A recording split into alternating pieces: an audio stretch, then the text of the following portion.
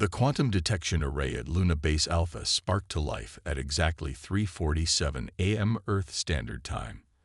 Dr. Sarah Chen stared at her monitors in disbelief as the impossible signal pattern repeated itself.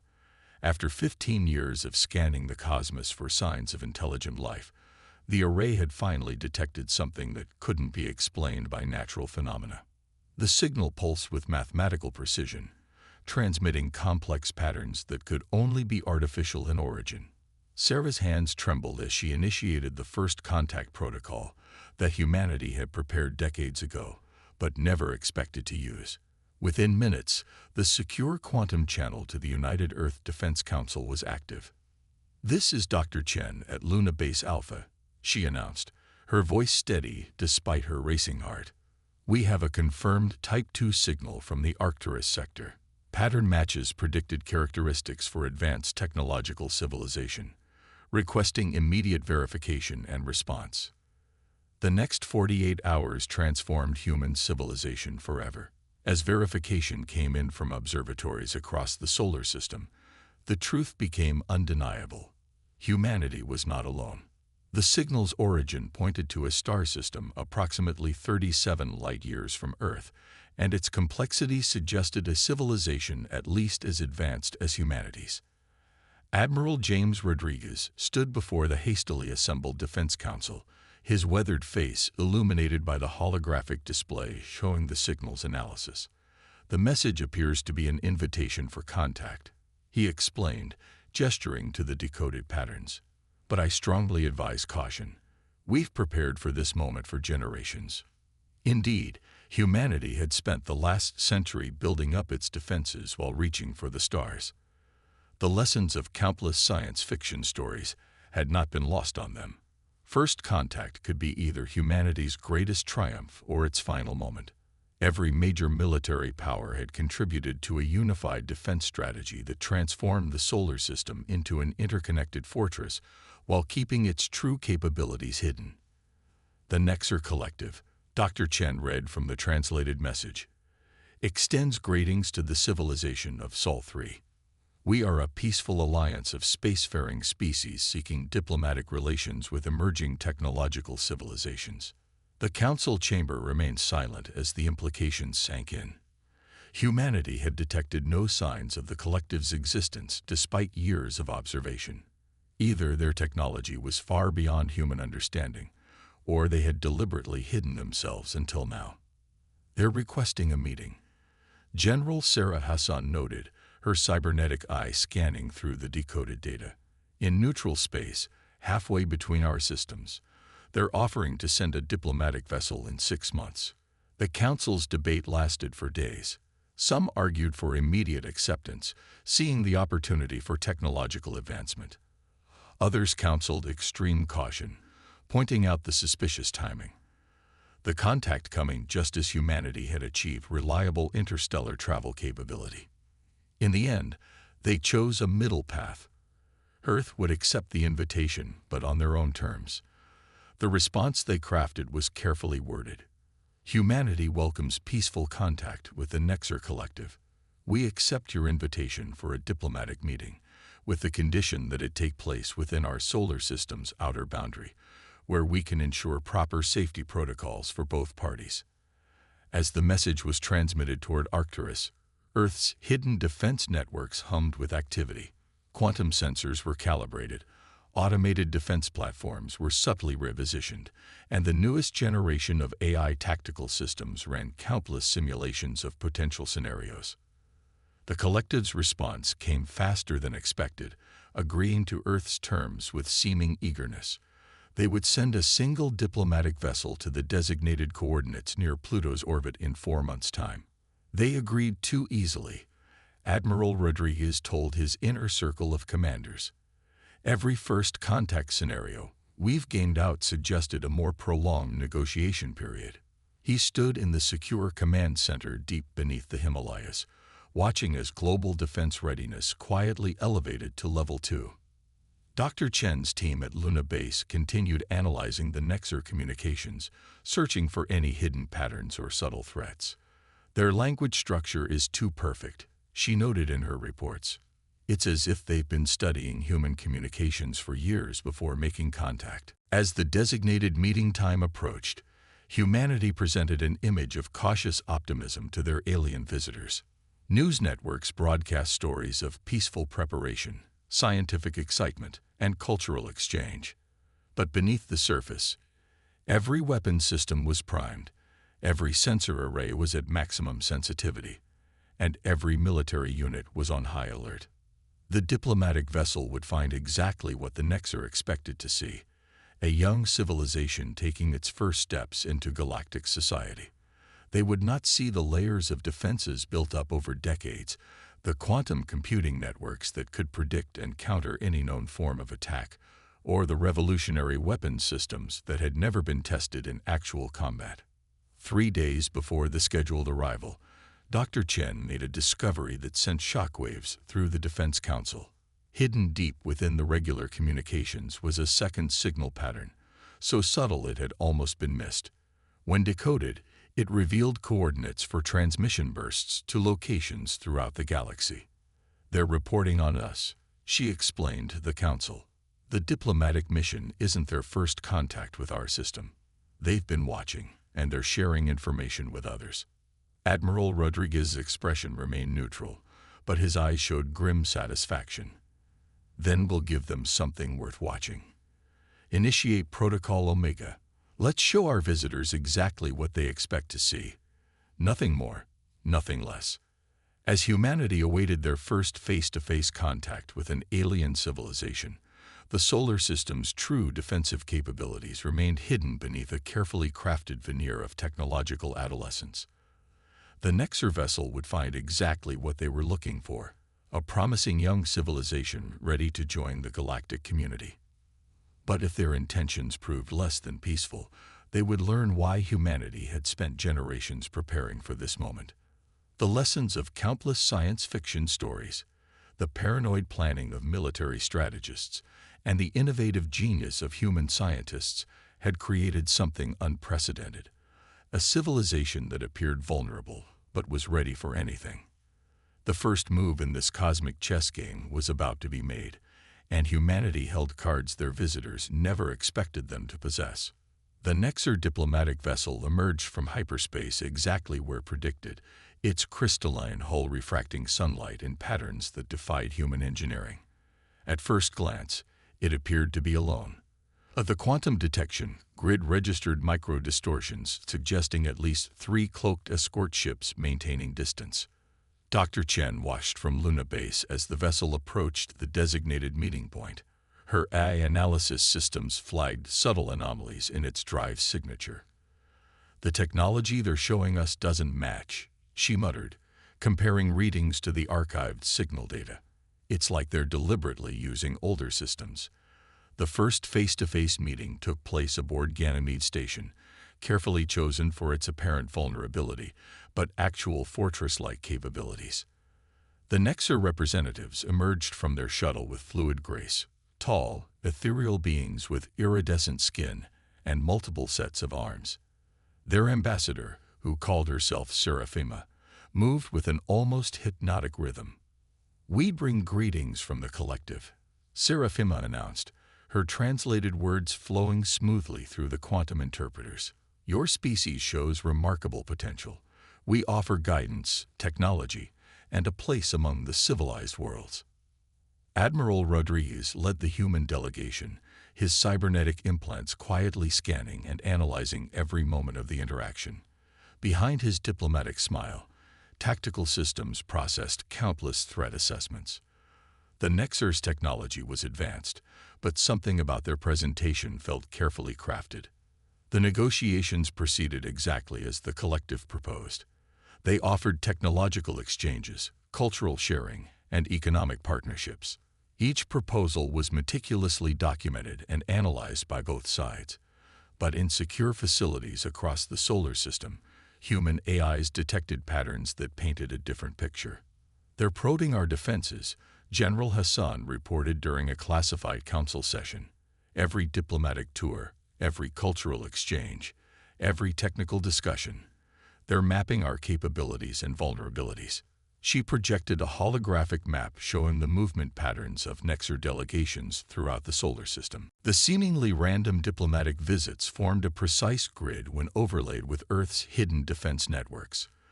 Their cultural exchanges always included questions about human military history, response to threats, and technological development. Even their medical scans during routine safety protocols focused suspiciously on human neural patterns and reaction times. Dr. Chen's team made another breakthrough 3 weeks into the negotiations. The quantum fluctuations from the Nexar vessel contained embedded data streams, transmissions so subtle they nearly missed them.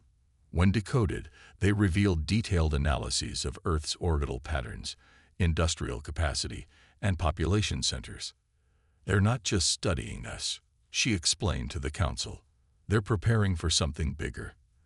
The data they're collecting, it's consistent with invasion planning algorithms." But humanity had prepared for this possibility. While the Nexar mapped what they could see, automated systems throughout the solar system continued their hidden work. Quantum entanglement networks expanded, connecting distant defense platforms. Artificial microsingularities were positioned at strategic points, disguised as gravitational research projects. The Artemis Defense Grid, humanity's most advanced AI tactical system, processed the growing data pattern. Its prediction algorithms suggested an 89% probability that the Nexar Collective was an advance force for a larger entity. Their careful probing matched historical patterns of conquest rather than peaceful contact. Admiral Rodriguez authorized the activation of Project Oracle, a deep space monitoring network that had remained dormant until now. Its quantum sensors reached far beyond the solar system, searching for signs of hidden fleet movements or cloaked installations. The results confirmed their suspicions. Massive energy signatures suggested fleet movements throughout nearby sectors, all carefully hidden from conventional detection methods. The Nexar Collective was positioning forces while maintaining their diplomatic facade. But humanity's greatest advantage was the Collective's underestimation. Every sign of weakness they detected was carefully crafted. Every vulnerability they discovered was a planned deception.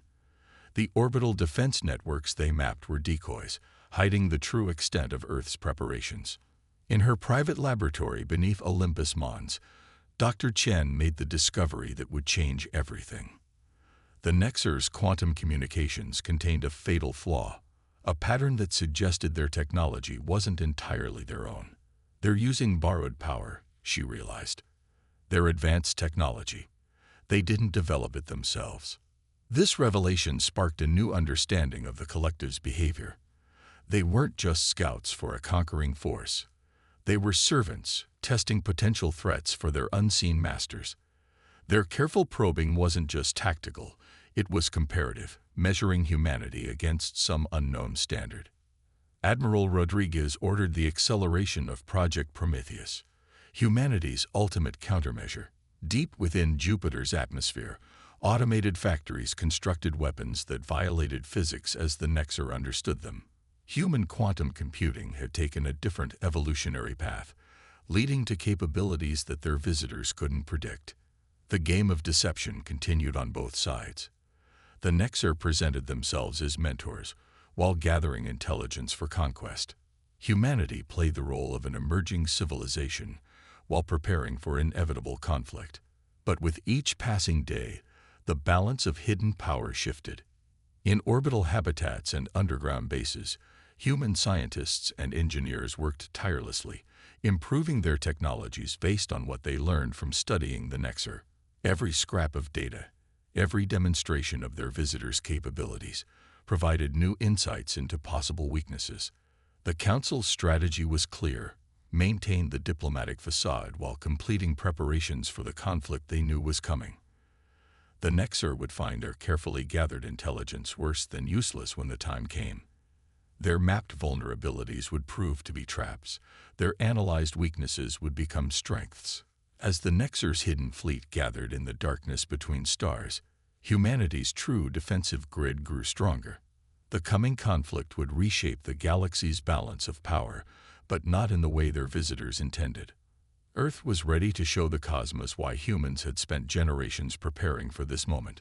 The quantum alarms triggered simultaneously across the solar system. Deep space sensors detected massive hyperspace distortions, far larger than anything the Nexar had demonstrated. Dr. Chen's instruments recorded energy signatures that indicated a fleet of thousands approaching from multiple vectors. "It's time," Admiral Rodriguez announced to the Emergency Defense Council. "The Nexar's masters have finally shown themselves." The massive holographic display in the Himalayan Command Center lit up with incoming contacts, each representing a vessel larger than anything humanity had officially developed. On Ganymede Station, Ambassador Seraphima's facade finally cracked. Her iridescent skin darkened as she addressed the human diplomatic team. "Your species had such potential," she said, her translator unable to hide the condescension in her tone. "The Dominion could have guided your development, shaped you into useful servants. Instead, you will learn submission through force." The Nexar diplomatic vessel's crystalline hull transformed, weapons ports emerging from previously smooth surfaces. Similar transformations occurred at every Nexar installation across the solar system. Their true military capabilities, hidden beneath peaceful facades, were finally revealed. But they weren't the only ones with secrets to share. Deep within Mercury's scorched surface, quantum computers that had been monitoring every Nexar movement activated humanity's countermeasures. The seemingly primitive defense satellites around Earth's orbit suddenly shed their disguises, revealing advanced weapon systems that the Nexar's intelligence had completely missed. Dr. Chen's voice carried a hint of satisfaction as she reported from Luna Base. "The Artemis grid is fully operational. Their fleet movements match our predicted patterns exactly." Years of studying the Nexar's subtle probes had allowed humanity to predict exactly how they would strike. The first wave of the Dominion fleet emerged from hyperspace near Neptune's orbit, expecting to find minimal resistance. Instead, they encountered humanity's first surprise. The quantum disruption fields hidden throughout the Kuiper belt activated, creating a cascade of spatial distortions that threw their precise formation into chaos. "Signal detected from the Dominion flagship," General Hassan reported. "They're demanding immediate surrender and compliance." The message painted a clear picture: submit to Dominion rule or face annihilation. It was a choice they had presented to hundreds of civilizations before. Admiral Rodriguez's response was brief: "Humanity doesn't surrender. Initiate Project Prometheus." Throughout the solar system, humanity's hidden strength was unleashed. The orbital shipyards above Mars revealed their true purpose, launching swarms of autonomous combat units that had been disguised as maintenance drones. The asteroid belt's mining operations transformed into a network of interconnected weapon platforms. The Dominion fleet pressed forward, their massive ships firing energy weapons that could shatter planets. But humanity had prepared for this moment for generations. Quantum shields absorbed and redirected the devastating attacks. Artificial gravity wells created by hidden generators scattered their precise formations. From her command post, Dr. Chen coordinated the deployment of humanity's most closely guarded secret, the Neural Interface Fleet.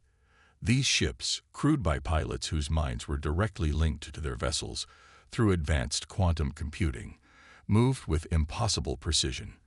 They struck through gaps in the Dominion's defenses that conventional tactics couldn't exploit. The Nexar forces stationed throughout the solar system attempted to activate their hidden weapons, only to find them already compromised. Human AIs had been infiltrating their systems since first contact, placing quantum-locked commands that now rendered their technology useless. Ambassador Seraphima's shock was visible as reports of Dominion losses poured in. "Impossible," she whispered. "Your technology, your development level. We monitored everything." "You monitored what we wanted you to see," General Hassan replied, as security forces efficiently detained the Nexar diplomatic corps. Humanity learned long ago to prepare for the worst while hoping for the best. In space, the battle raged across the solar system. The Dominion's overwhelming numbers met humanity's devastating technological innovations. Quantum torpedoes created localized singularities that swallowed entire enemy squadrons. Neural interface pilots outmaneuvered ships controlled by conventional means. The Dominion commanders, used to quick victories over unprepared victims, found themselves facing an enemy that had spent generations preparing for this exact scenario. Every strategy they attempted had already been analyzed and countered. Every weakness they tried to exploit led them into carefully planned traps. Deep space sensors detected more Dominion reinforcements approaching, but humanity was ready for a prolonged conflict. The factories hidden within Jupiter's atmosphere continued producing advanced weaponry. The quantum computing networks adapted and evolved their strategies in real time. Dr. Chen's analysis team made another crucial discovery during the battle. The Dominion ships all relied on a standardized quantum communication network, a weakness that their previous victims had never been advanced enough to exploit. Human AIs began infiltrating their command and control systems through this unexpected vulnerability. Admiral Rodriguez coordinated the defense from the Mobile Command Center, now revealed as one of humanity's most advanced warships. They expected to find an easy target, he told his officers. Instead, they found a civilization that had turned paranoid preparation into an art form. The Dominion fleet's losses mounted as humanity's true capabilities were revealed. Ships that had conquered hundreds of worlds fell to weapons they hadn't known were possible. The carefully gathered intelligence about Earth's defenses proved worse than useless. It was actively misleading, leading them into one trap after another.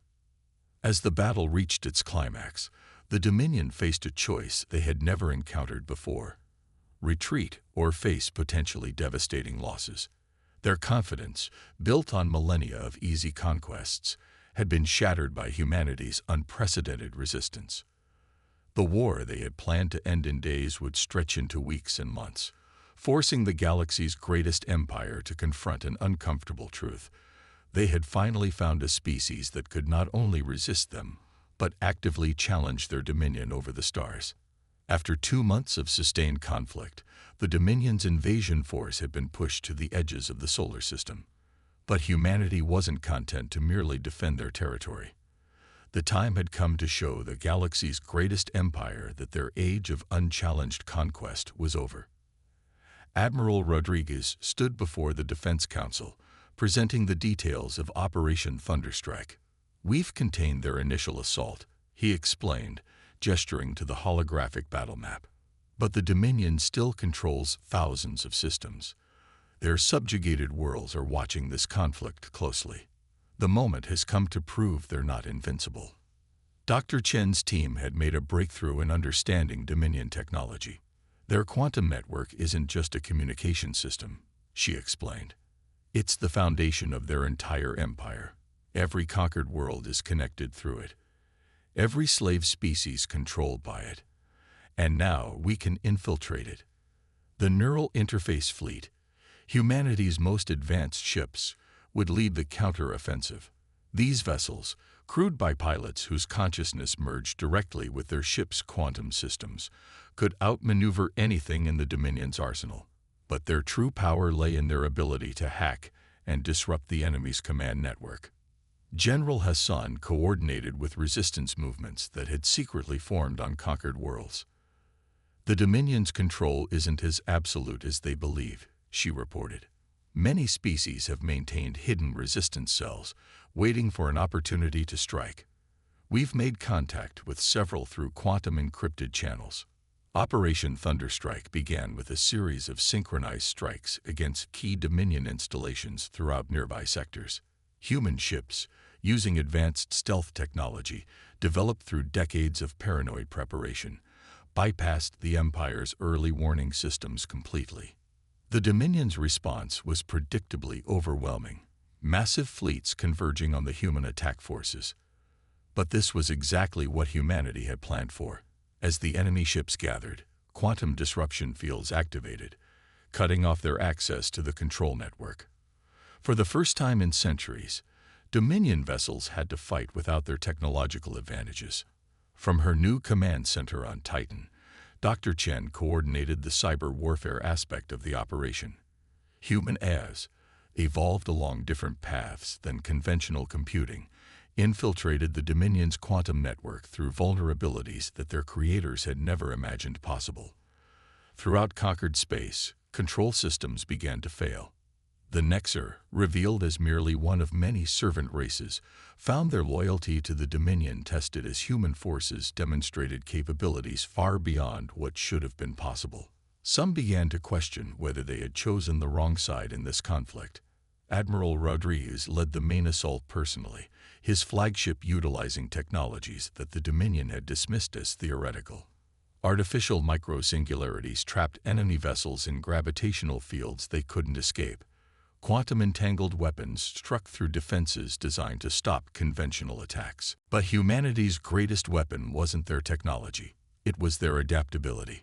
Every time the Dominion developed a counter to human tactics, they encountered a new strategy.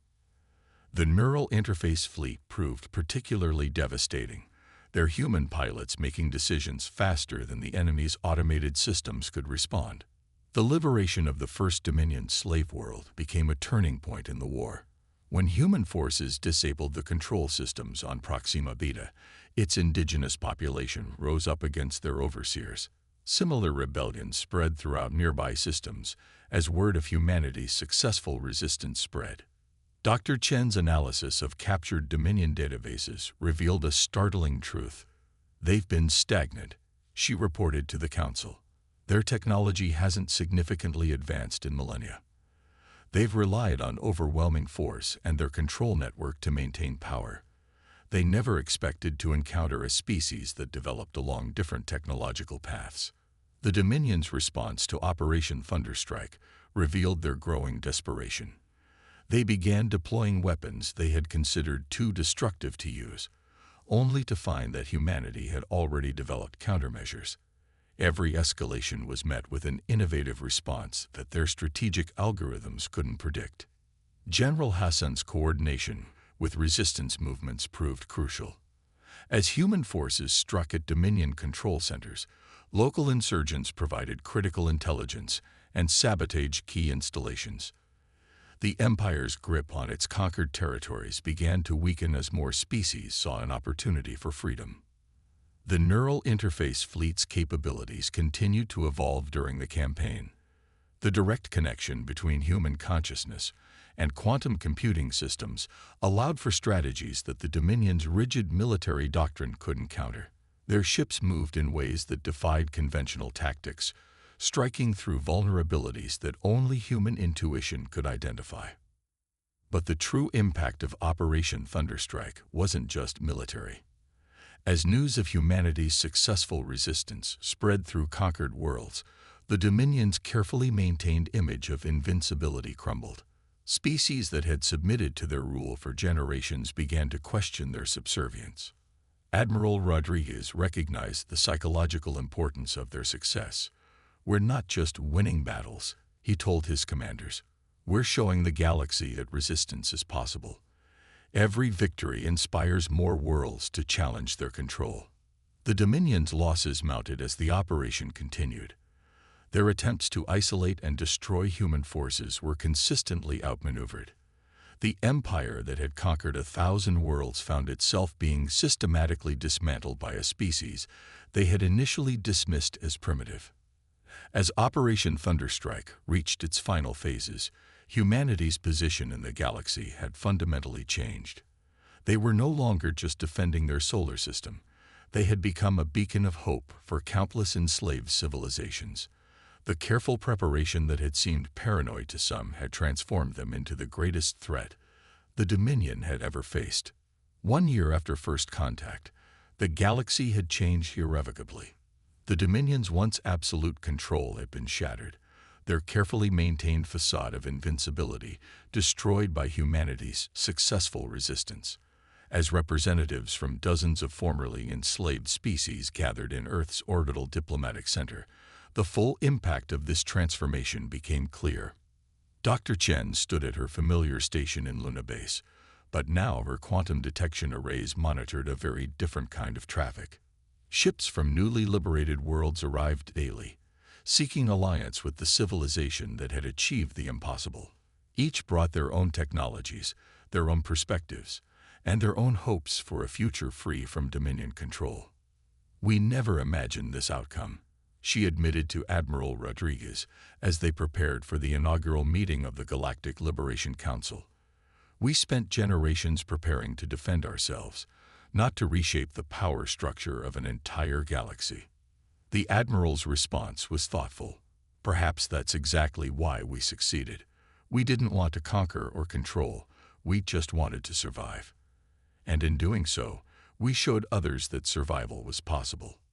The Dominion hadn't fallen completely. They still controlled significant territory in distant sectors of the galaxy, but their aura of invincibility was gone. More importantly, their quantum control network, the foundation of their power, had been irreparably compromised by human AI systems. General Hassan's diplomatic skills proved as valuable in peace as they had been in war.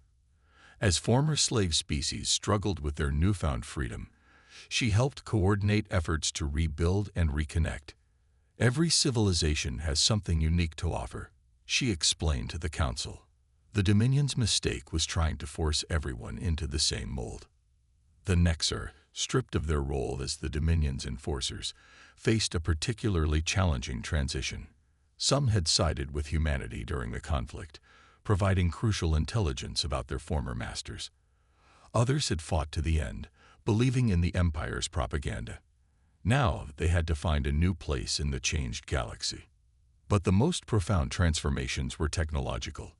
As liberated worlds shared their knowledge, new combinations of technologies emerged.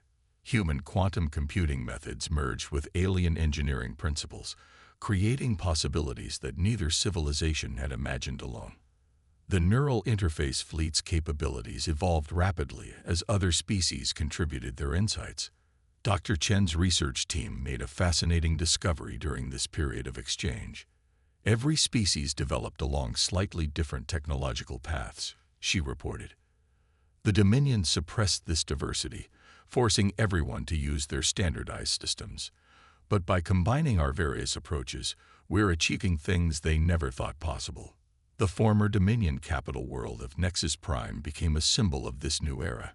Once the seat of imperial power, it was transformed into a center of collaborative research and development. Species that had been forced to compete now worked together, their unique perspectives strengthening rather than dividing them. Admiral Rodriguez found himself increasingly focused on preventing the emergence of new tyrannies. "Power corrupts," he reminded the Council. "We must ensure that our victory over the Dominion doesn't lead to us becoming what we fought against."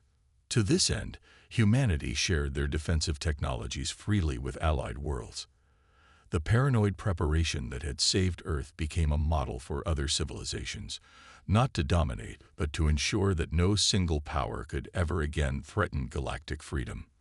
The quantum network, once used for control, was repurposed into a communication system that connected free worlds while respecting their autonomy. Human AI systems, evolved to hack Dominion controls, became guardians against technological oppression, constantly scanning for attempts to recreate the Empire's methods of domination. General Hassan's integration programs helped smooth the transition for worlds struggling with independence. "Freedom isn't just about breaking chains," she observed. "It's about learning to walk on your own, while supporting others who are learning to do the same." Former resistance movements transformed into local defense forces, trained by human experts who understood the importance of maintaining vigilance even in peacetime.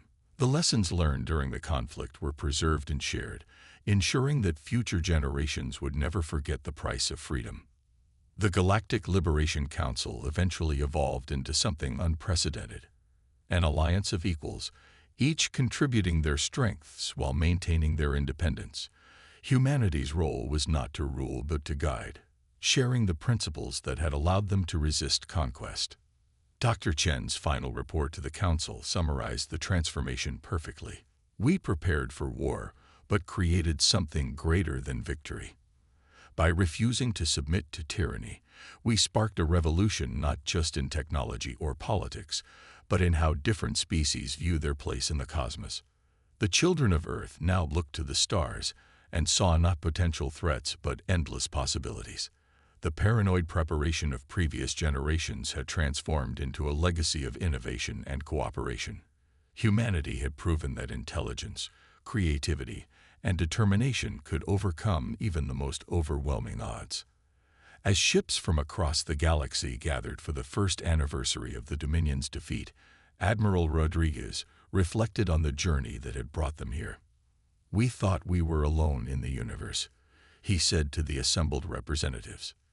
"Then we thought we were preparing to face enemies. Instead, we found our place in a community of civilizations, each with something unique to contribute to our shared future." The new dawn that rose over the galaxy was not the one the Dominion had planned, nor exactly what humanity had prepared for. It was something far more valuable, a future where diversity was strength, where cooperation trumped conquest, and where the combined potential of countless species reached for achievements that none could have managed alone.